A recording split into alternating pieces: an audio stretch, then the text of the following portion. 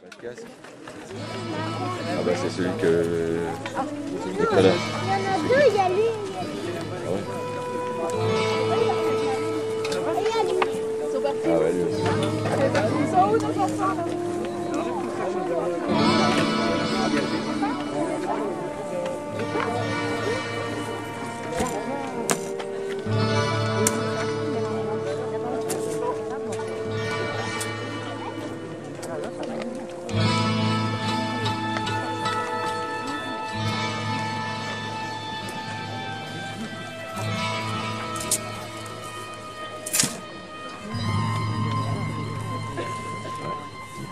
Salutations!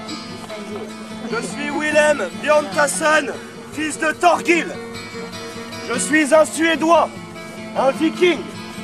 Je suis le chef de la Drusina. On va passer un petit peu de temps avec vous. On va vous expliquer l'armement offensif et défensif des guerriers vikings. Et on fera quelques petits duels.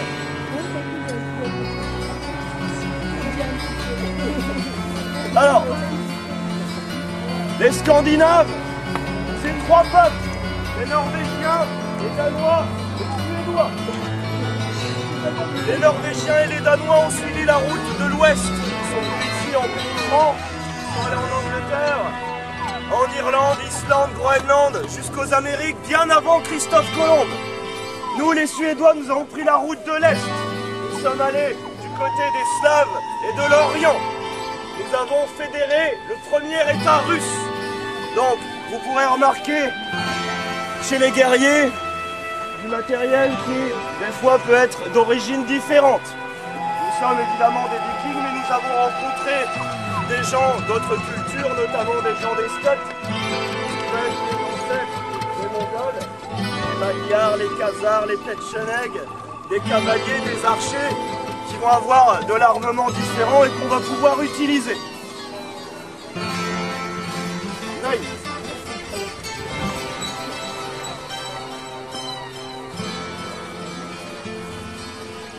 Je vous présente Svein. Je peux dire bonjour. Bonjour. Bonjour Svein.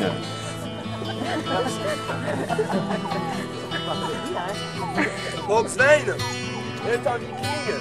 C'est un guerrier qui s'est embarqué avec nous il y a à peu près 1 an pour suivre nos aventures, pour évidemment faire du commerce et des fois se servir.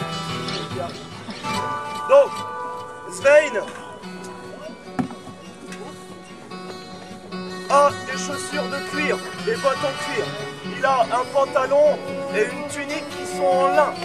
Donc c'est les matériaux qu'on va retrouver pour les tissus. Lin, laine, chanvre, soie. On va retrouver surtout ça. Donc Svein est un guerrier simple. Il a déjà un petit peu de matériel. La première arme que va avoir un viking, ça va être avant tout pour se défendre. Ça va être son bouclier. Donc un bouclier rond, il va faire entre 70 cm et 1 mètre, qui est en lamelle de bois, recouvert de cuir et peint. On a une pièce métallique, c'est le Hembo, c'est la pièce qui protège sa main. Le bouclier ne se tient pas avec une sangle, il se tient avec une manipule. D'accord? Donc, c'est un bouclier qui est tout à fait adapté à l'exercice de combat, qui protège suffisamment le corps, mais il reste aussi léger. Vous voyez, comparé au Saint-Martin qui était là juste avant nous, il n'y a aucun combattant en lourd en armure de plaque.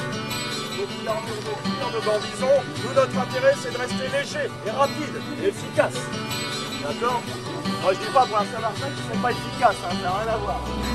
Donc, il a ensuite une arme de base qui est la lance.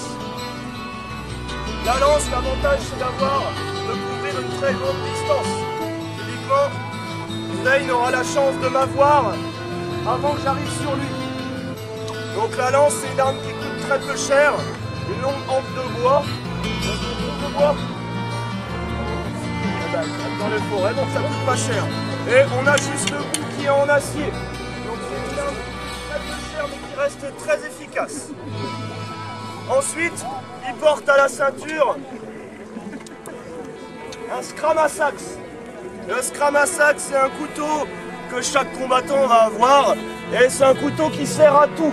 Autant tailler du bois, t'arracher des poudres. Au niveau de son armure, il a une armure d'écaille. Il a une épaisseur rembourrée de laine et au-dessus sont cousues les écailles. Donc c'est une armure qui a une protection minimum. Évidemment, vous vous doutez bien, si avec une hache, il va être transpercé, ça sera fini du Sveil. Mais bon, il peut avoir de la chance quand même.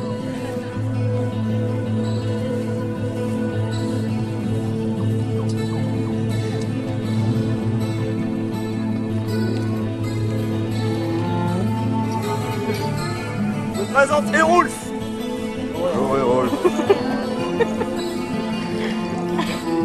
Hérolf Fleurfanet, c'est son nom. Donc, Hérolf est avec nous depuis quelques années déjà. Vous voyez, il a déjà un peu plus de choses. Donc, on a ici un pantalon qui est en laine. Vous voyez, un petit peu comme le mien. C'est un pantalon bouffant, qui effectivement est à la mode, tout à fait, je vous remercie, mais qui sert aussi à montrer une certaine classe sociale. Techniquement, j'ai aucun intérêt à avoir un pantalon qui fait 3 mètres de large. C'est juste pour montrer que je peux avoir plus de tissu inutile, donc juste pour la classe. Et Rolf, pareil, il a investi dans un pantalon en laine, qui est donc bouffant, qui prouve un petit peu son niveau social. Il a aussi une tunique en lin en dessous. Hérolf a le traditionnel bouclier scandinave. Vous voyez, il a les peintures du Rarog. Le Rarog, c'est la bannière de la Druzina. Donc c'est un fidèle guerrier. Il a un casque. Tu peux t'approcher pour montrer ta belle tête. C'est un casque d'origine slave. Donc, vous voyez, il est en acier avec des décorations en laiton. Et il a un rembourrage en cuir pour lui protéger de tous les coups qui vont arriver sur la nuque. Alors je vous pose la question. Si avec ma hache, je tape comme un bourrin sur son casque, qu'est-ce qui va se passer à votre avis? À part je vais le blesser. Rien? À quoi ça sert un casque? Est-ce que le casque va stopper le coup que je vais lui envoyer? Oui ou non? Bah non, effectivement. L'intérêt du casque, c'est que ça va faire ricocher les coups, vous allez faire ripper. Ça fait sur le casque, ça va partir sur les côtés. Ça lui évitera de trop s'allumer. Il a aussi un nasal qui protège son nez. D'accord? Hérolf porte un gambison en cuir. Donc une sorte de grosse tunique qui est rembourrée de laine. Donc ça va lui permettre d'amortir les coups. Évidemment, si il arrive avec sa lance et qu'il lance son coup, Hérolf sera complètement transpercé. Mais c'est déjà efficace.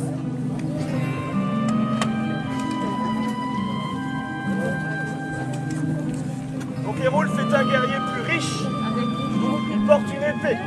L'épée, c'est une arme de luxe. Tout le monde n'a pas d'épée. Ça coûte très très cher. Donc l'épée, celle-ci, c'est une lame à un tranchant avec une petite garde et un pommeau. Donc c'est une arme qu'il va pouvoir utiliser pour taper 2 tranches. D'accord? Il va éviter les estocs. Si, ça permet quand même de bien maintenir en fait les